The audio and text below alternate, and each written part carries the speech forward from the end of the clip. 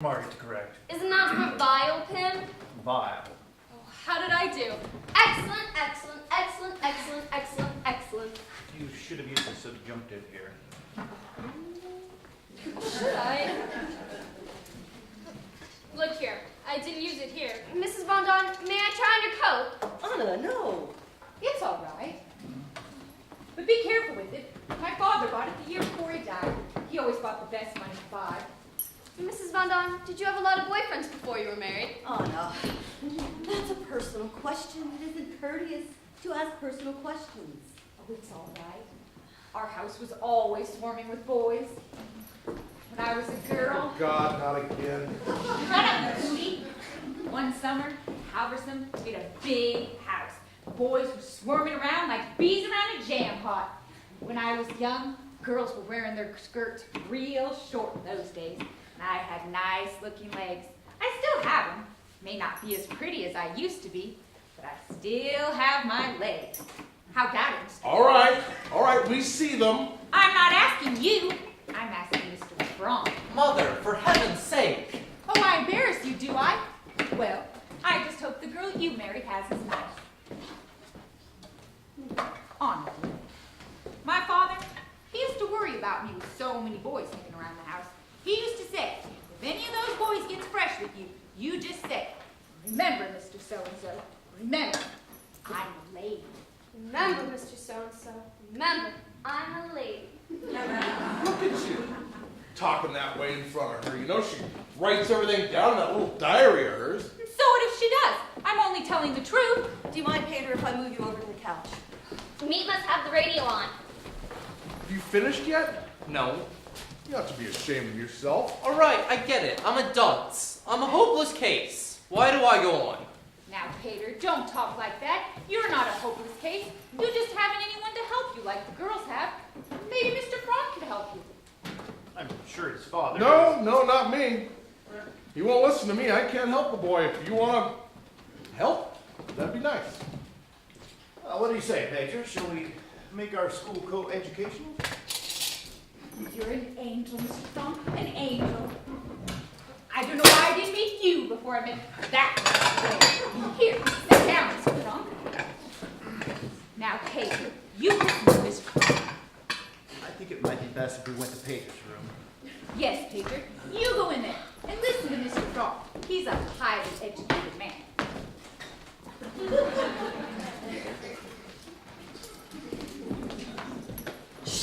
I can hear a man's voice talking. Isn't it bad enough in here without you sprawling all over the place? You wouldn't be so bad-tempered if you didn't smoke so much. Smoking? Do you see me smoking? Don't tell me you've used up all that tobacco already. One pack. Me only brought me one pack. Well, it's a filthy habit. It's high time you break Oh, yourself. be silent. You be silent, Cootie. You're smoking up all our money. Shut up! You shut up. What are you looking at? I've never heard grown-ups quarrel before. I thought only children quarreled. Well, this isn't a quarrel. This is a discussion. And I've never heard children so rude before. Rude? Anna, would you bring my knitting, please? I must remember when Meep comes to ask her to bring me some more wool. Yes, I need some hairpins and some soap. I made a list. Oh, do you have some library books for Meep when she comes? It's a wonder that Meep has a life of her own the way we make her run errands for us. Please take my hair and have it cut, Meep. Tell me all the latest news, Meep. Please give me some starch. Did you know she's engaged? His name's Dirk, and Meep's afraid the Nazis are going to ship him off to Germany to work in one of their war plants. That's what they're doing with some of the young Dutchmen these days. They just pick them off the streets and take them. Do you ever think about being quiet? Could you try being quiet for 5 minutes? For just 5 minutes? Anna, come and take your aspirin. Every night the same thing. The constant chatter. Talk. I've never heard such a child.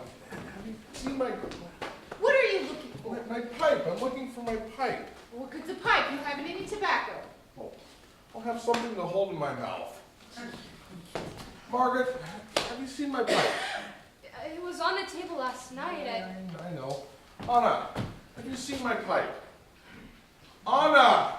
Anna, Mr. Von Don is speaking to you. Am I allowed to talk now? You are the most aggravating child. You've been spoiled. What you need is a good old-fashioned spanking.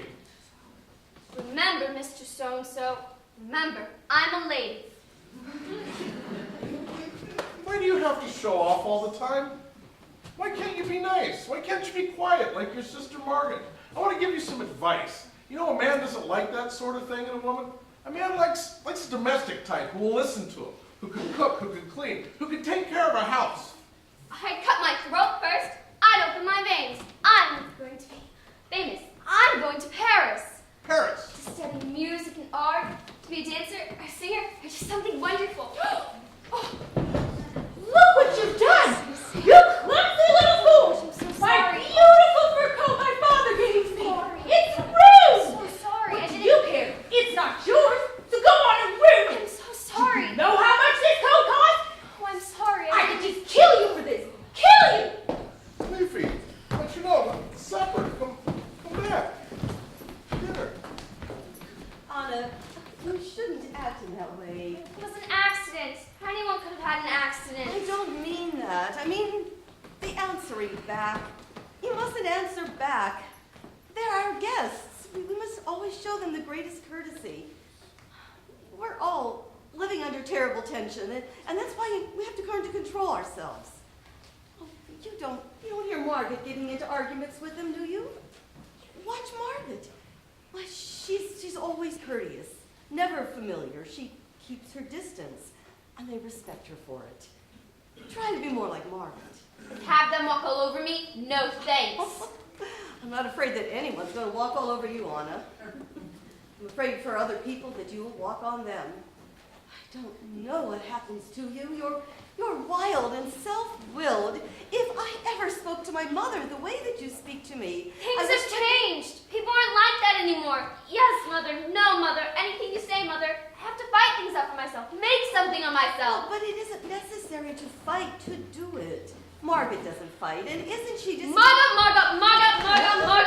That's all I ever remember. Everyone. How wonderful Margot is. Why aren't you like Margot? Anna, don't be so... Everything she does is right, and everything I do is wrong. I'm the god around here, and you're all against me. And you, worst of all. Anna, come on. Let's put the soup on the stove if there's anyone who cares to eat it. Get out the bread, please, Margaret. I don't know how we can go on living like this. I can't say a word to Anna. She flies at me. You know, Anna, in half an hour she'll be up here laughing and joking again. And I told your father it wouldn't work, but no, he had to ask them, he said. He owed it to him, he said. Well, now he knows that I was right. All these quarrels, this bickering.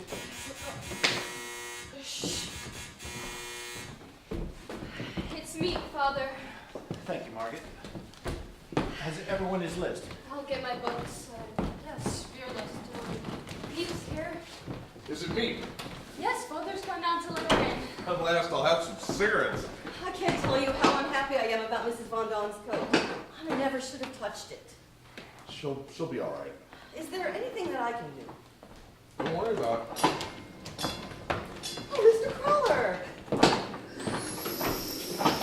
Crawler, how are you? Why, this is a surprise. When Mr. Crawler comes, the sun begins to shine.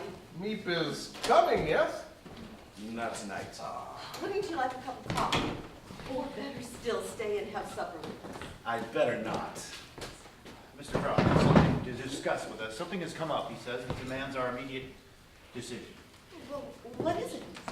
Usually, when I come up here, I try to bring you some bit of good news. But what's the use of telling you the bad news when there's nothing you can do about it?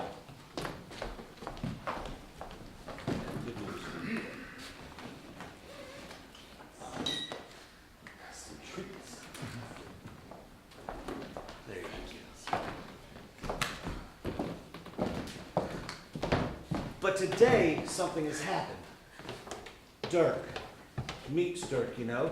It came to me just now. He tells me he has a Jewish friend living near him, a dentist. He says he's in trouble. He begged me, is there anything I could do for this man? So I've come to you. I know it's a terrible thing to ask, living as you are, but would you take him in with you? Well, yes, of course we will. Oh, good. It'll be just for a night or two until I can find some other place. This happened so suddenly, I didn't know where to turn. Where is he now? He's downstairs in the office. Show him up.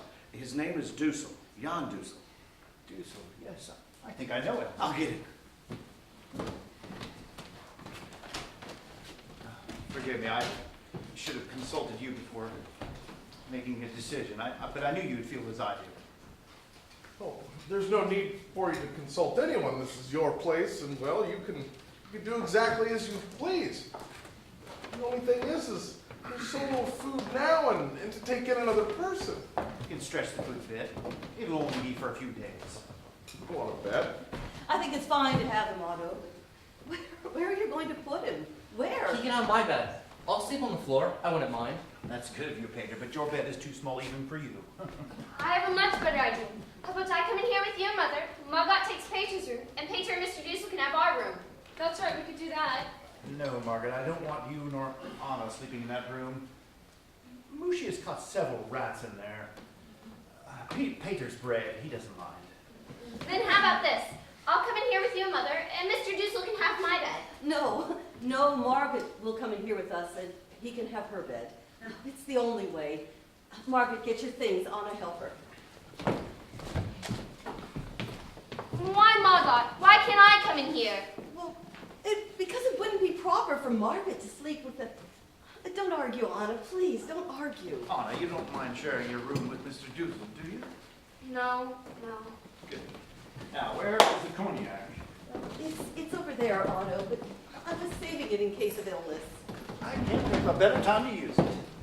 Hootie, what's going on? Someone's moving in with us. In here? You're joking. Hey, can you get me some glasses? It's only for a night or two until Mr. Carlick finds him another place. Yeah. Ah, come in, Mr. Dussel. This is Mr. Frank. Mr. Otto Frank? Yes. Let me take your things. This is my wife, Edith. Mr. and Mrs. Von Dam. Their son, Peter. My daughter, Margaret. And my daughter, Anna. Thank you, Mr. Frank. Thank you all. Mr. Dussel, I'll leave you in good hands. Oh, Dirk's coat. What can I say to thank you? Mr. Crawler and me, they're our lifeline. Without them, we couldn't survive. Please. You make us seem very heroic. It isn't that at all. We simply don't like the Nazis. We don't like their methods. We don't like anything about them. That's right. Nobody's going to tell us Dutchmen what we're going to do with our damn Jews. Pay no attention to Mr. Frank. I'll be up tomorrow to see that the treaty you right. Please, don't trouble to come down again. Peter will bolt the door after me. Won't you, Peter? Yes, sir. Thank you, Peter. I'll do it. Good night, then. Good night. Good night, Mr. Mr. Carlick. Carlick. Oh, Mr. Dussel, please sit down. I'm dreaming. I know it. I can't believe my eyes. Mr. Otto Frank here. You're not in Switzerland then. A woman told me. She said she'd gone to your house. The door was open. Everything was in disorder. Dishes in the sink. She said she found a piece of paper in the wastebasket with an address scribbled on it. An address in Zurich. She said you must have escaped to Zurich. Father put that there purposely, just so people would think that very thing. And you've been here all this time? All this time, ever since July. It worked, Pim. The address he left. People believe he escaped to Switzerland. Yes, I'm glad. And now let's have a drink to welcome Mr. Dussel. To Mr. Dussel, welcome. We are very honored to have you with us. To Mr. Dussel, welcome.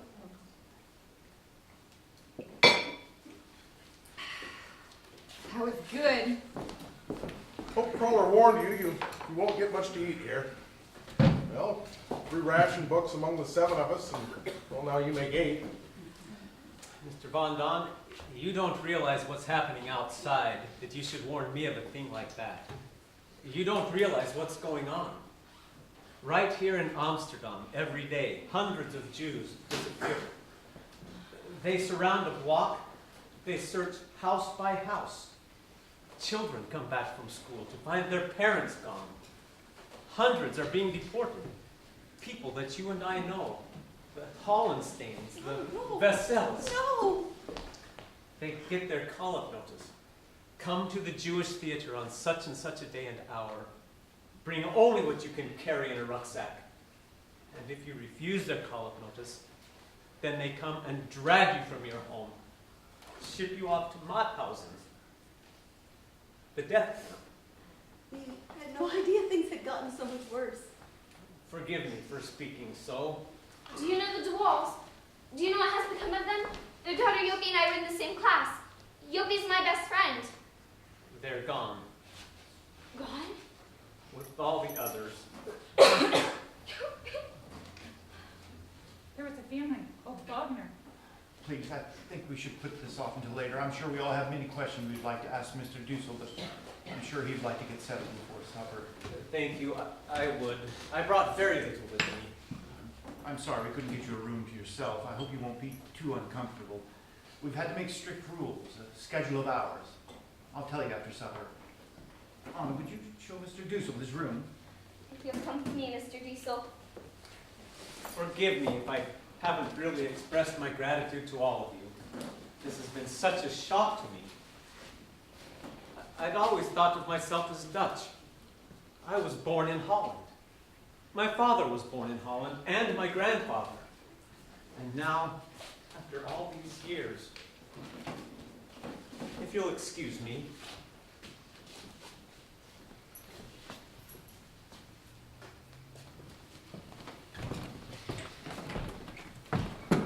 Well, here we are. The news sounds pretty bad, doesn't it? It's not like how Mr. Crawler tells it. Mr. Crawler says things are improving. Yeah, I like it better the way Mr. Crawler tells it too. You're going to be sharing the room with me. I'm a man who's always lived alone. I haven't had to adjust myself to others. I hope you can bear with me till I learn. Can I help you with your things? Have you always lived alone? Have you no family at all? No one. How dreadful. You must be terribly lonely. I'm used to it. I don't think I could ever get used to it. Did you even have a cat? Or perhaps a dog? I have an allergy to fur-bearing animals. They give me asthma. Oh dear. Peter has a cat. Here? He has it here? Yes, but we hardly ever see it. You'll be all right. It's always in his room. Let's hope so. That's your bed there. We cleared underneath for your things. I sleep here on the sofa. The best part about this room is you can look out and see a bit of the street. There's a houseboat and a canal. The bargeman lives in the houseboat with his family. They just had the baby, and the baby's beginning to walk. I'm afraid he's going to fall into the canal someday. I watch him, and... Your father spoke of a schedule. Oh, yes. It's mainly about the times we have to be quiet and the times for the WC. You can use it now if you'd like. No, thank you. I suppose you think it's awful, my talking of a thing like that. But you don't realize how important it can get to be, especially when you're frightened. The way Margot and I did the room. She had it to herself in the afternoons, reading, studying, lessons, you know. And I had it to myself in the mornings. Would that be all right with you? I'm not at my best in the mornings. You take it in the mornings then. I'll take the afternoons. Tell me, when you're in here, what happens to me? Where am I spending my time? In there with all the people? Yes, I see. I see. we have supper 6:30. Well, then, if you don't mind, I like to lie down quietly for 10 minutes before eating. I find it helps the digestion.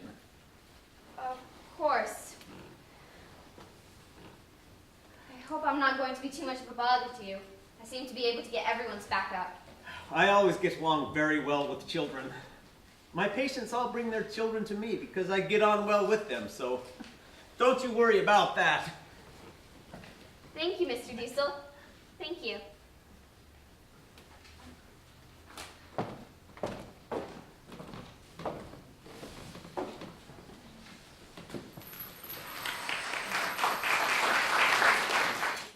Yesterday I finished Steve von Marksveld's latest books.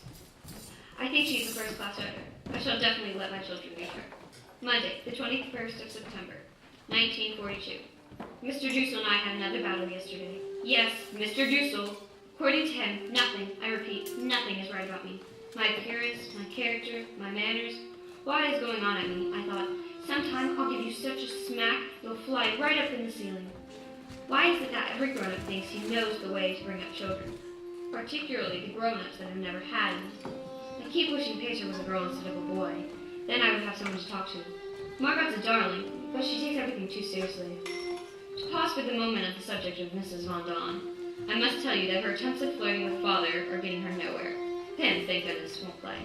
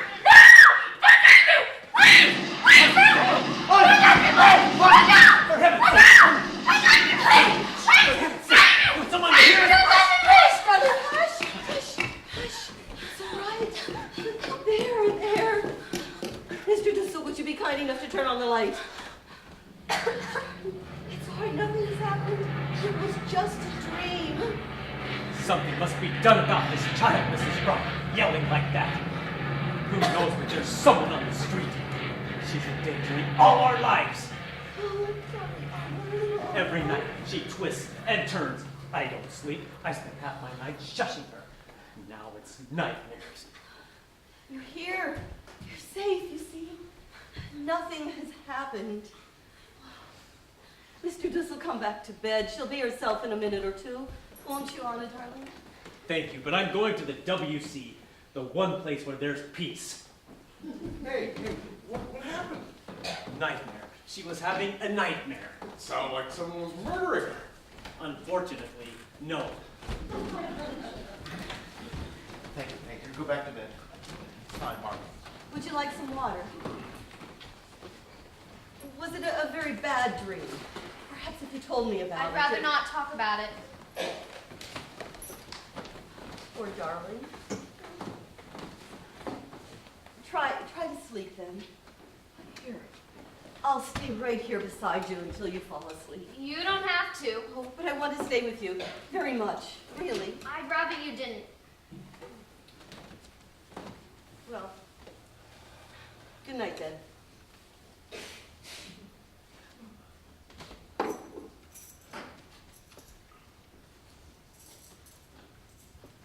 You'll be all right. There's nothing you want? Can you ask Father to come in?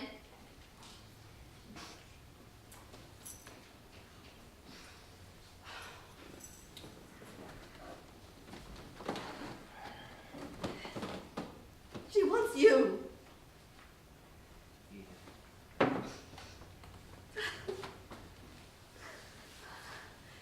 No, I'll be all right. I thank God she'll turn to you when she needs comfort. Go to her, Otto. She's still shaking with fear. Go to her. Here, I'll take this pill. What is it? Something to calm you. Would you like me to read to you for a while? She wants nothing of me. She pulled away when I leaned down to kiss her. It's a phase. You heard, Father. Most girls go through it at this age. They turn to their fathers. They give all their love to their fathers. Oh, you were never like that. You never shut me out. She'll get over it. Oh, Pim, I dreamed that they came to get us.